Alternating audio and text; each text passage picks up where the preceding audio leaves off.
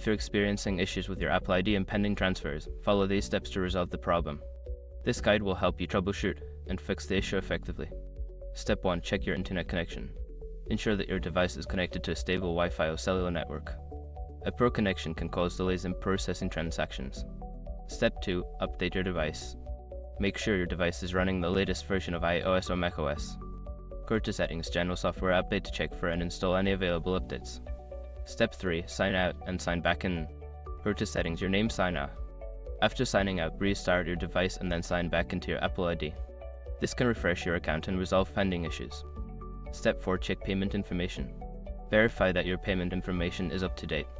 Go to Settings, your name, payment and shipping and ensure that your payment method is valid and has not expired. Step 5. Contact Apple Support. If the issue persists after trying the above steps, reach out to Apple Support for further assistance. They can provide specific guidance based on your account status and help resolve any lingering issues. By following these steps, you should be able to fix your Apple ID issues related to pending transfers. If problems continue, don't hesitate to seek help from Apple Support.